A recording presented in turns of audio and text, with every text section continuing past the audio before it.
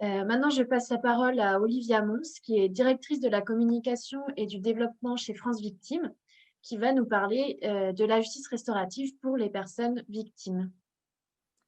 Merci Estelle. Bonjour à toutes et à tous.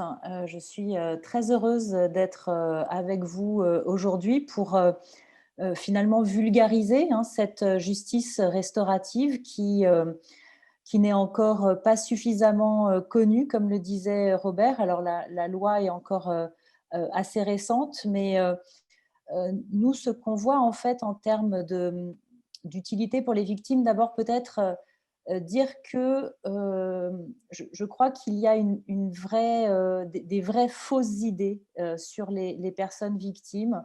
On a souvent le sentiment que les personnes victimes sont dans une colère toujours extrêmement forte, que les personnes victimes sont dans une vindicte, qu'elles souhaitent la répression absolument, qu'elles veulent que l'auteur paye le plus possible.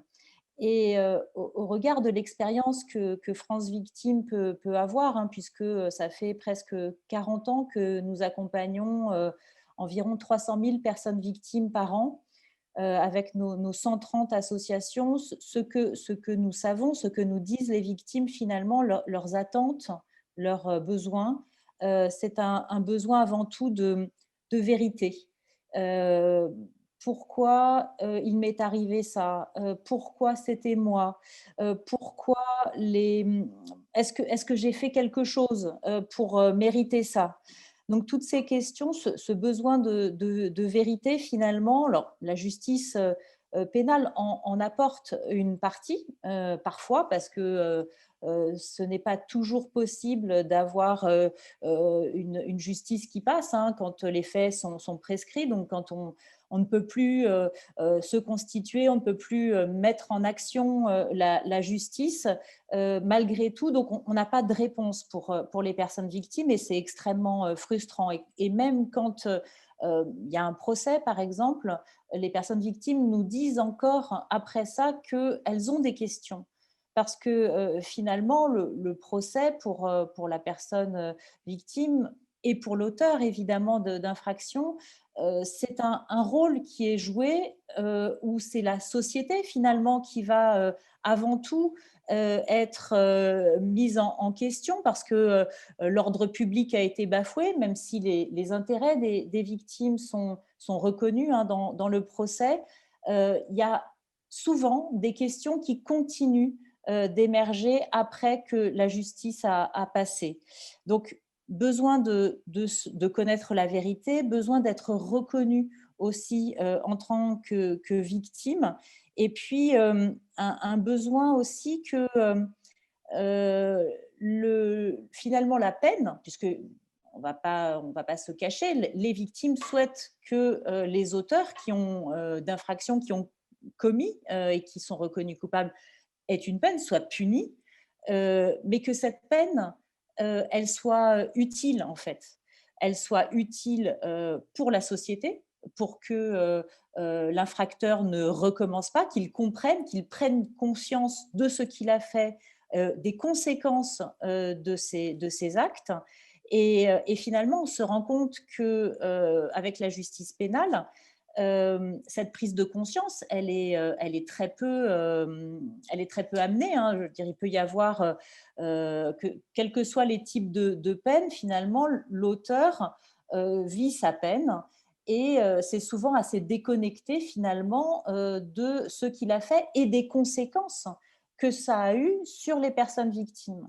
Et ce qui est véritablement intéressant avec la justice restaurative, ce que nous disent les victimes, c'est que finalement, elles ont, quand elles participent à des mesures de justice restaurative, cette possibilité de dire des choses à l'infracteur, de poser des questions, d'aller plus loin, de donner aussi leurs sentiments, d'exprimer un ressentiment parfois, d'exprimer un certain nombre de difficultés qui peuvent se faire jour.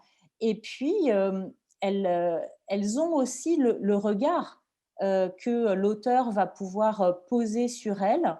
Et c'est là où quelque chose se joue sur les conséquences et sur le fait finalement, et c'est ce qui importe aux personnes victimes, que l'auteur va prendre conscience de ce qu'il a fait, des conséquences que ça a sur lui, mais sur la victime encore, parfois des années après. Hein.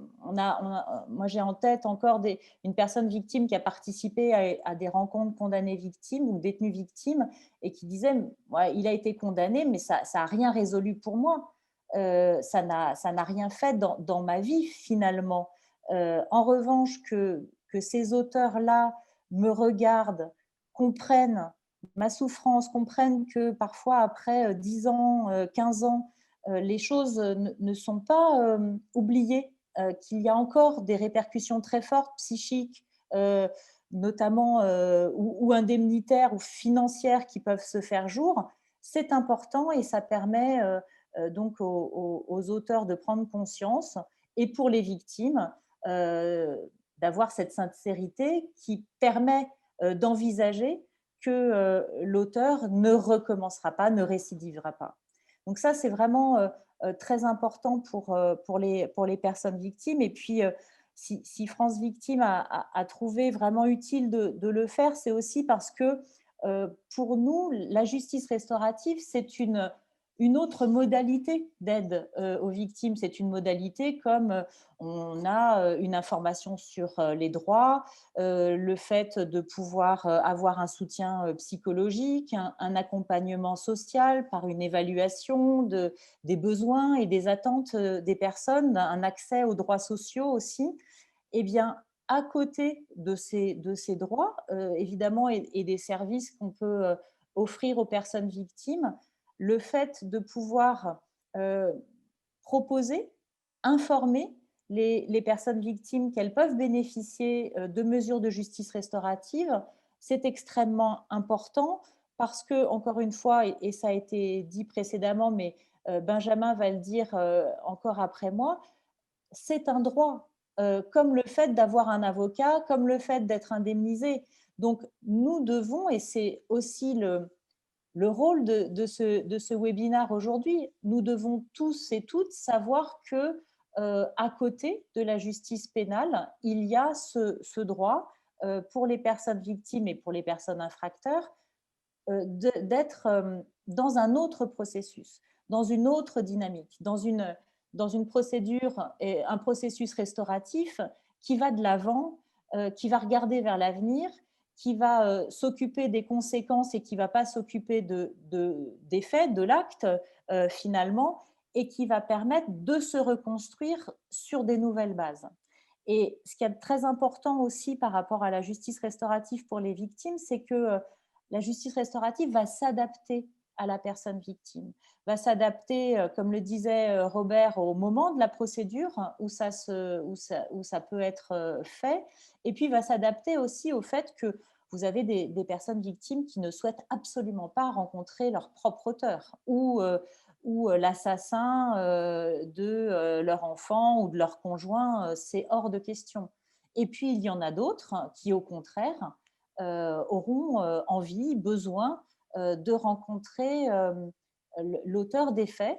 Et puis, certaines victimes auront le souhait d'avoir cette rencontre en face à face, de manière extrêmement précise, et puis d'autres ne le souhaiteront pas et préféreront être sous une forme de groupe parce que le groupe aussi permet une forme de paire aidance pour les personnes victimes, c'est-à-dire que le groupe de personnes victimes va pouvoir aussi s'aider lui-même pour aller dans ces rencontres restauratives. Donc, le fait que la justice restaurative permette vraiment une adaptation en fonction du moment, de la personne, elle est aussi respectueuse évidemment de tous et de toutes. Et c'est en ce sens que France Victime a vraiment œuvré depuis longtemps, le disait Nicole, hein, depuis près de 15 ans maintenant, au fait que la justice restaurative était vraiment utile pour les personnes victimes. Et je crois, pour conclure, que c'est important que tous et toutes, on ait cette connaissance que tous et toutes, pour des personnes victimes, pour soi-même ou pour d'autres, nous puissions aussi informer les gens que être victime, ce n'est pas un statut, c'est une expérience malheureuse et un état qu'on peut dépasser, notamment par plein d'autres biais, hein, évidemment, mais notamment aussi par la justice restaurative. Et, et je pense qu'à titre personnel, la justice pénale a toute sa place. La justice restaurative est sans doute l'avenir de la justice. Merci beaucoup.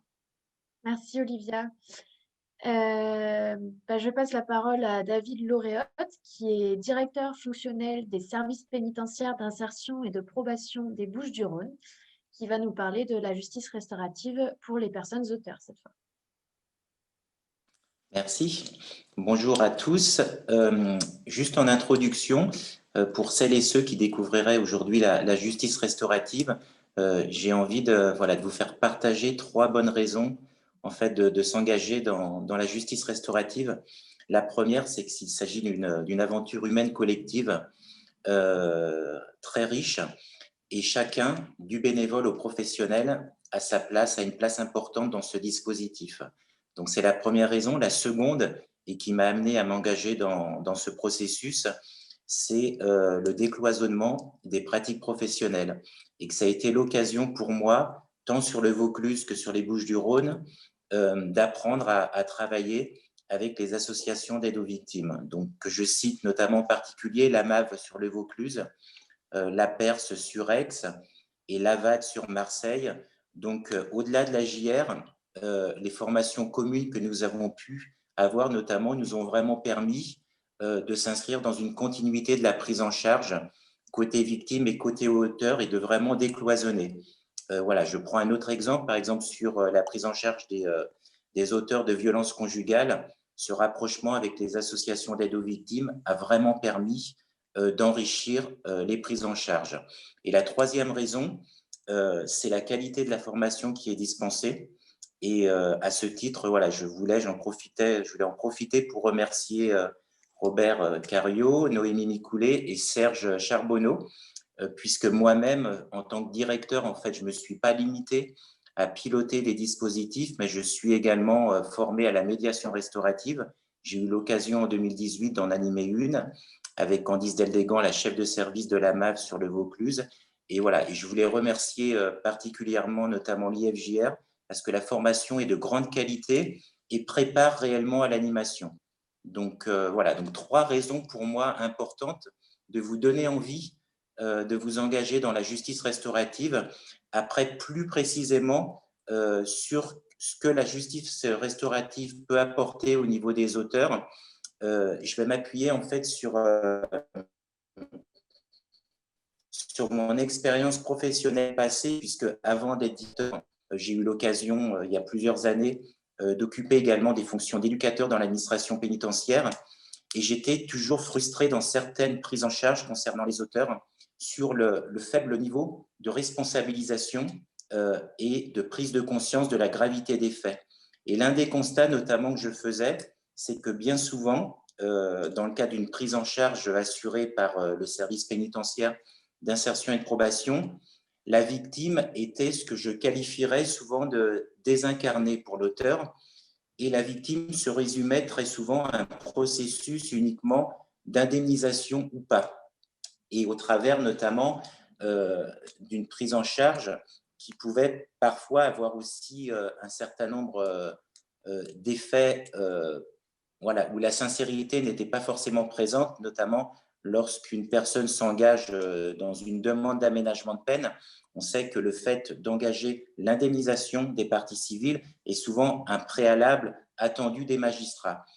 Et du coup, cette question de la responsabilisation des auteurs par rapport aux faits a toujours été un fil conducteur qui a guidé en fait à la fois ma pratique, et aussi j'étais à la recherche en fait d'un dispositif qui pouvait permettre de réellement travailler cette question de la responsabilisation, et de faire en sorte que nous puissions donner davantage de sens à la peine, ce qui est évidemment, au travers des prises en charge que nous assurons, l'une des finalités importantes pour prévenir la récidive.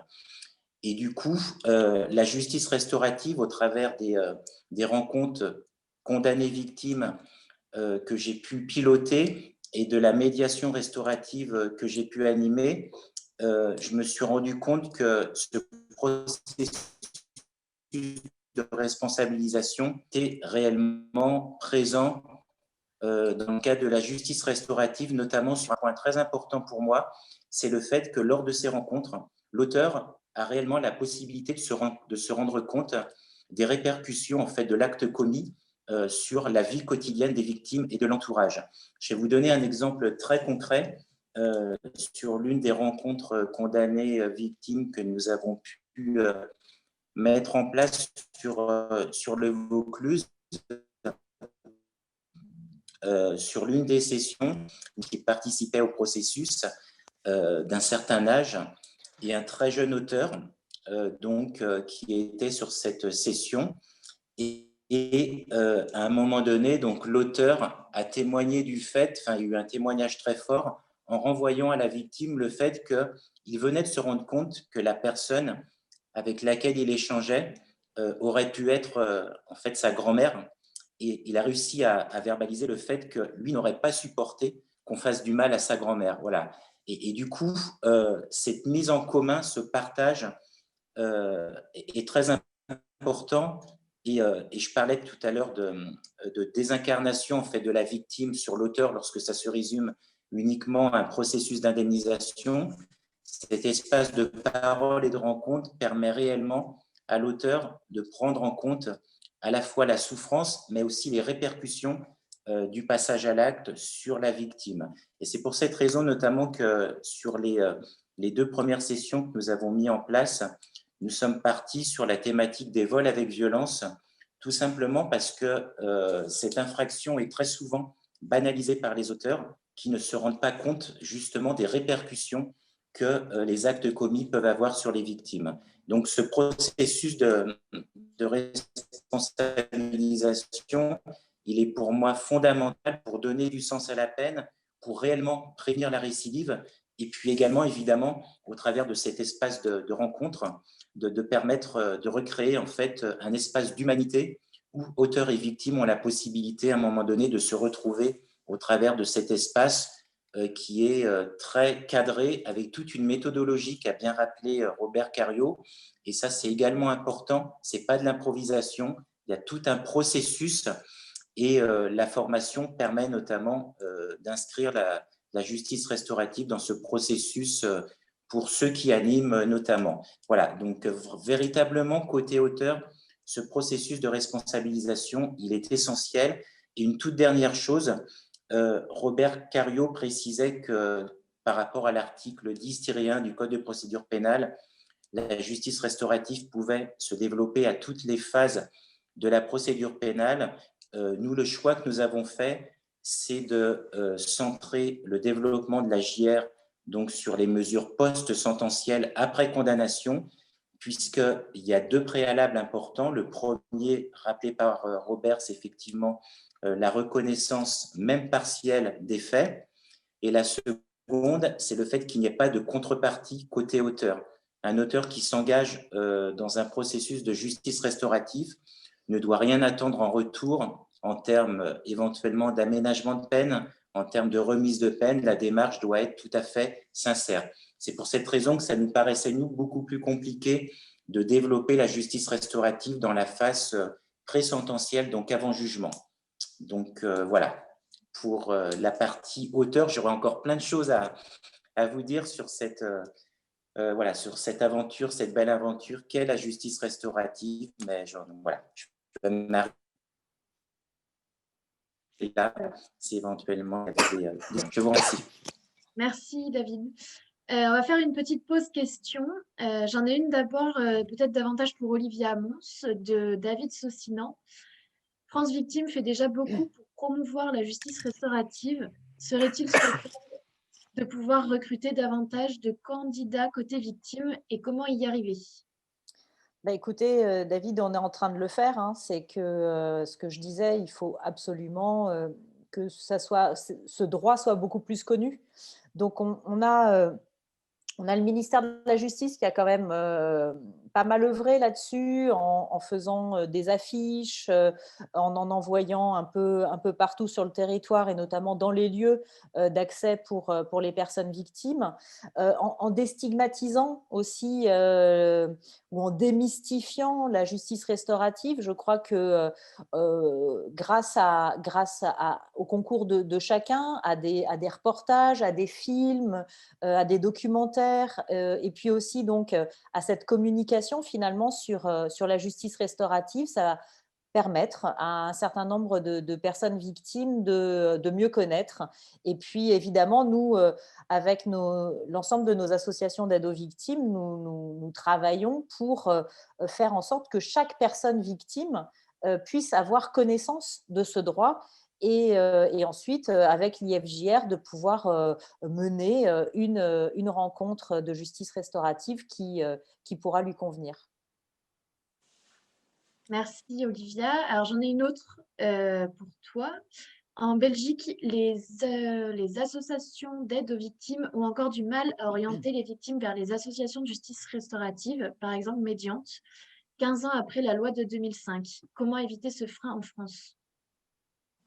Ce frein, il n'existe pas en France, puisqu'en fait, on est à l'initiative aussi de la justice restaurative en France. Donc, en fait, les associations d'aide aux victimes, enfin, si j'ai bien compris la question, les associations d'aide aux victimes sont déjà pleinement au cœur de cette communication. Alors, on ne va pas dire qu'on n'a pas eu des résistances au démarrage, mais David tout à l'heure parlait de 3 associations d'aide aux victimes, 3 associations de France Victimes qui ont évidemment très bien compris tout l'intérêt pour les personnes victimes d'orienter vers de la justice restaurative pour compléter la réparation et la restauration des personnes. Donc, a priori, ce problème ne se pose pas en France. Je ne sais pas comment on pourrait régler cette question en Belgique. Pour la Belgique, je ne vois pas trop comment on peut les aider de ce côté-là. Merci Olivia. David Lauréate, j'ai une question pour toi de Noémie. Si on fait référence à l'actualité, est-ce que Jonathan Daval et les parents d'Alexia pourraient bénéficier du dispositif de la justice restaurative et est-ce qu'il peut s'organiser pendant le procès?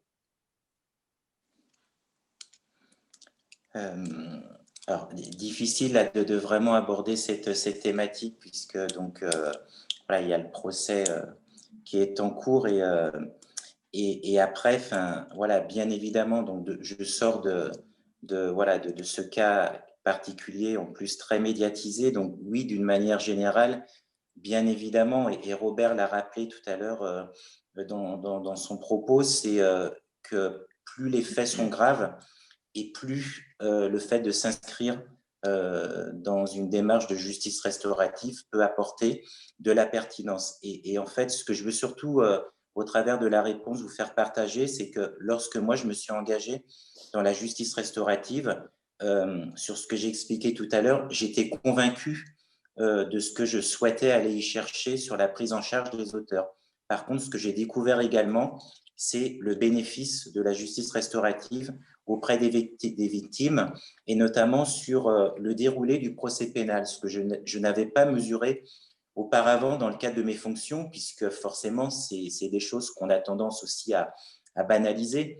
Et ce qui ressort beaucoup sur toutes les victimes que j'ai pu notamment rencontrer au travers des différents dispositifs, c'est à quel point, en fait, le procès pénal ne permettait pas d'offrir toutes les réponses. Et bien souvent, ce qui revient souvent de la part des victimes, c'est qu'il y a un certain nombre de questions qui restent en suspens, d'interrogations, parfois des années après, et que justement, pour les victimes, le fait de s'inscrire dans ce dispositif permet de retrouver de l'apaisement avec des réponses concrètes qui sont apportées. Et ça, je pense que c'est quelque chose de très important pour les victimes. Sur la médiation que j'ai faite également, c'était un point particulièrement important par rapport à la victime qui était dans un processus de culpabilité importante, sachant que l'auteur, en plus, était passé en comparution immédiate. Donc, voilà, donc avec un jugement qui a été très rapide. Du coup, la médiation a réellement permis de tout poser et faire en sorte que la victime ait des réponses concrètes qu'elle attendait et qu'elle n'a pas pu avoir au moment du procès pénal, où là, en plus, on était sur une procédure accélérée de comparution immédiate. Donc voilà, donc d'une manière générale, oui, bien évidemment, que c'est un dispositif fondamental pour les victimes. Ok, merci David. J'ai une autre question, et puis peut-être qu'on s'arrêtera là avant de passer la parole à Benjamin Sayous. Certains professionnels, comme le docteur Salmona, précisent que les rencontres auteurs-victimes vont à l'encontre de la reconstruction des victimes de violences conjugales en réactivant, de manière très résumée, en réactivant l'emprise. Quelles études ont été faites sur l'impact des rencontres auteurs-victimes sur les victimes de violences conjugales?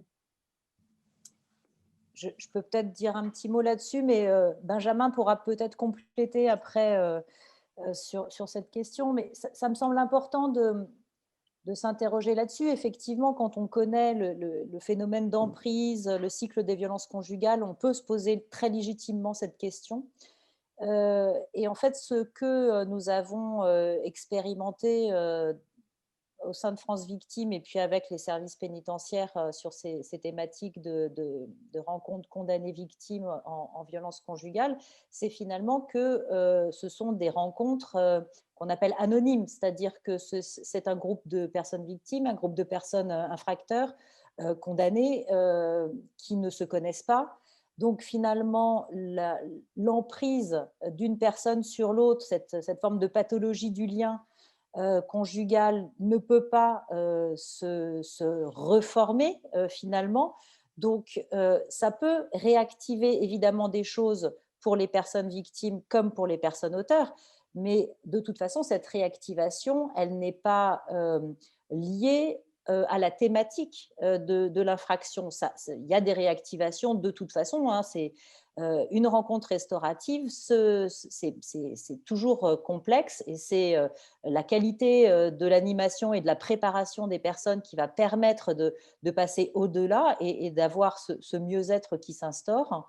Et donc pour les violences conjugales, je crois que véritablement la justice restaurative dans ce cadre-là, en tout cas, enfin moi c'est ce que je peux connaître, hein, je n'ai pas d'autres informations, mais en tout cas dans un cadre de rencontres groupales anonymes, il n'y a aucune contre-indication et même d'après, alors il y a pas, enfin, moi je n'ai pas les études scientifiques, mais en tout cas les retours d'expérience que nous pouvons avoir de ces rencontres condamnées victimes sont extrêmement positifs parce que finalement l'auteur qui ne voyait pas qu'il agissait comme ça avec sa propre compagne, voit dans les paroles parfois des choses assez étonnantes. Les paroles des victimes de violences conjugales et l'auteur de violences conjugales dit non mais c'est pas possible, ça peut pas, il n'a pas pu te dire ça, il n'a pas pu te faire ça. Et en fait, il oublie totalement ce qu'il a pu faire lui-même et ça permet de le confronter à